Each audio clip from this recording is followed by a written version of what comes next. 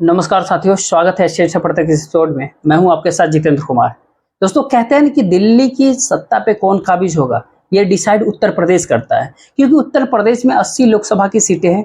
2014 का लोकसभा चुनाव हो या 2019 का चुनाव हो, उसमें भारतीय जनता पार्टी यानी बीजेपी का प्रदर्शन बहुत अच्छा रहा है। कभी 72 सीट तो कभी 63 सीट। लेकिन इस बार 2024 के लोकसभा चुनाव में जब भारतीय जनता पार्टी को कहीं ना कहीं देश में मतदान होता हुआ या फिर अपना समर्थन खोता हुआ दिखाई दे, तो भी इस दौर में, क्योंकि डबल इंजन का सरकार है, उत्तर प्रदेश में राम भगवान का मंदिर भी बन गया। प्रधानमंत्री जी ने कोई कसर नहीं छोड़ी इस चुनाव के लिए, अमित शाह भी ने कोई कसर छोड़ा इस चुनाव के लिए। इसके बावजूद भी भारतीय जनता पार्टी के भीतर समस्याएं जो है एक लगातार नए नए रूप रोज लेते जा रही है। आखिर समस्या क्या है?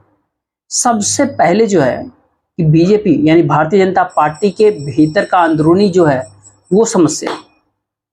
पार्टी में सब कुछ ठीक नहीं चल रहा है। संगठन और सत्ता में तालमेल नहीं होता है। दिल्ली और लखनऊ में तालमेल नहीं बैठ रहा है। योगी आदित्यनाथ जी और अमित शाह के बीच में 36 का आंकड़ा चलता है। संघ विड्रॉल, ये कई सारी समस्याएं हैं। इसी बीच में गुजरात के एक बहुत नजदीकी नरेंद्र मोदी जी के मंत्री विजय रूपानी राजपूत समाज के बारे में कुछ अंटशंट वक्त देते हैं, और खासतौर पर महिलाओं की इज्जत को लेकर। गुजरात के भीतर राजपूत समाज आक्रोशित हो जाता है, लेकिन अहंकार के चलते उस समाज की औकात क्या है यह सोच करके उसे दुर्लक्षित कर जाता है। गुजरात का वह आंदोलन धीरे धीरे राजस्थान होते हुए उत्तर प्रदेश पहुंच गया, और उत्तर प्रदेश में उसने विकराल रूप धारण कर लिया। और फिर जाकर कई सीटों के ऊपर जो भारतीय जनता पार्टी का कोर वोटर है, ओरिजिनल वोटर, वो है समाज का वो तबका जो स्वर्ण कहलाता है।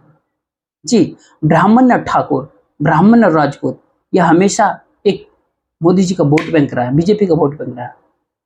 गोविंदाचार्य ने उत्तर प्रदेश में एक नया प्रयोग किया सोशल इंजीनियरिंग का, और ओबीसी को साथ में जोड़ा, और बाद में जाकर दलित भी जुड़ता गया। और फिर अभूतपूर्व जो भारतीय जनता पार्टी को जो जो 2014 और 2019 के सत्ता में जो ताकत मिली, और राज्य में उत्तर प्रदेश में योगी आदित्यनाथ की जो ताकत मिली 17 और 22 में, और इससे पहले भी राजनाथ सिंह को, मतलब कह सकते हैं कि बहुत अच्छा रिस्पॉन्स था।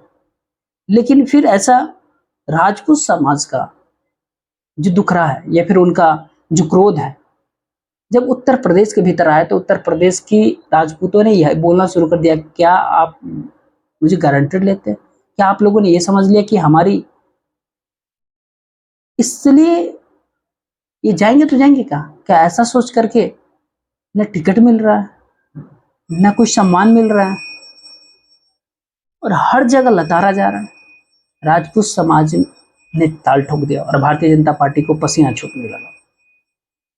लेकिन जैसा जैसा चुनाव पूर्वांचल की तरफ आगे बढ़ता गया, हालांकि इस क्षेत्र के भीतर भी पिछले जो वोटिंग हुई उसमें राजा भैया बहुत मैनेज करने का प्रयास किया गया, लेकिन वो नहीं माने। उनको 3-4 सीट तो उनकी वजह से कहीं ना कहीं खराब हुई। अमेठी की सीट वहां पे करने सिन्हा से लेकर के बाकी सब। उसी बीच में जो है जो ब्राह्मण तबका जो सबसे बुरे हालत में, यानी एक बार योगी आदित्यनाथ भी पर आरोप लगा कि ये ब्राह्मणों का भी विरोध करते हैं। इसके बावजूद भी ब्राह्मणों ने सारे गिले शिकवे भूल करके हमेशा भारतीय जनता पार्टी का साथ दिया। लेकिन क्या 6वें और 7वें चरण में ब्राह्मण जो इस 6वें और 7वें चरण में करीब करीब 12-13 सीट वो डिसाइड करते हैं, बड़े वोट प्रतिशत।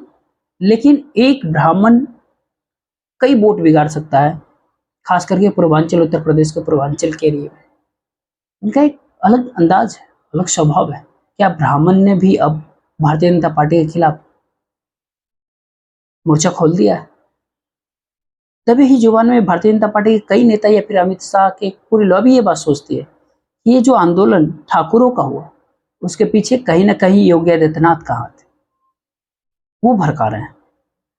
और ऐसा हो भी सकता है कि योगी आदित्यनाथ की काफी नजदीकी ठाकुर नेता है, वो कहीं ना कहीं बार बार गुंजाइश करने के बाद भी, बार बार गुजारिश करने के बाद भी मानने को तैयार नहीं। तो कहीं ना कहीं ऐसा लगता है कि हो सकता है योगी आदित्यनाथ ने का कोई खेल हो। लेकिन योगी आदित्यनाथ, क्योंकि ब्राह्मण का खेल योगी जी ने फिर ऐसे में हरिशंकर तिवारी गोरखपुर के रहने वाले, उनको लोग माफिया कहे, आप राजनेता कहे, उनकी मृत्यु होगी। खास करके हिंदू संस्कृति के भीतर कोई भी व्यक्ति अगर मरता है, चाहे दुश्मन भी मरता है, तो वो स्वर्गवासी कहलाता है। नरकवासी कभी कोई किसी को नहीं कहता।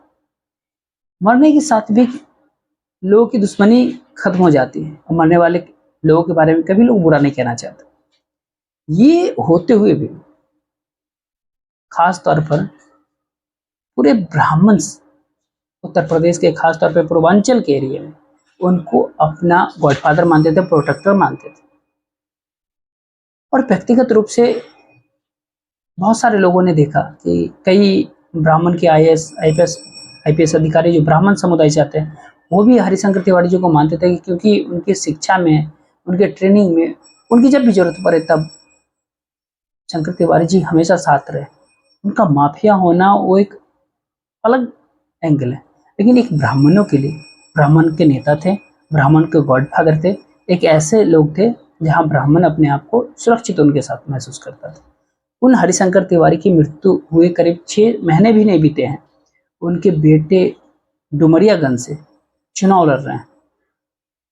वैसे तो उनको कुशल कहा जाता है, लेकिन उनके नाम से सब उनके खिलाफ, समाजवादी पार्टी से चुनाव लड़ रहे हैं। जब उनके खिलाफ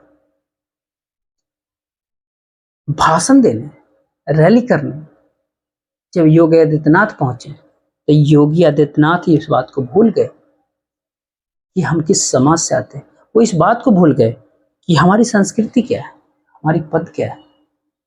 और उन्होंने जिस भाषा का प्रयोग किया, वो भाषा कभी भी एक मुख्यमंत्री के मुख से शोभा नहीं देता। उन्होंने कहा कि डुमरियागंज लोकसभा सीट पर गोरखपुर से एक माफिया को लोगों ने लात मारकर भगाया, और वो यहाँ आकर के अपने आप चुनाव लड़कर वो अपने आप को आजमाने का प्रयास कर रहा है। और हमें लगता है कोई शरीफ व्यक्ति ही उसके साथ नहीं होंगे, सभी माफिया और गुंडे ही होंगे। पिछले दशक में इनके कार्य कारनामा का देश ने देखा। सैकड़ों करोड़ रुपए की लोगों ने कैसे गायब हुआ, तब सीबीआई ईडी ने छापा मार करके संपत्ति जब्त कर ली। सीएम ने कहा ये लोग पेशावर माफिया हैं, गरीब का खून चूसते हैं, व्यापारियों को उत्पीड़न करते हैं और बेटी की सुरक्षा के लिए खतरा बनते हैं और शरीफ लोगों का जीना हराम कर देते हैं। इसलिए इन गुंडों और माफियों के खिलाफ प्रदेश के भीतर हम लोग बहुत सख्त कार्रवाई करके सुरक्षा का माहौल पैदा कर रहे हैं। इसलिए इन लोगों को महत्वपूर्ण पदों पर भेजकर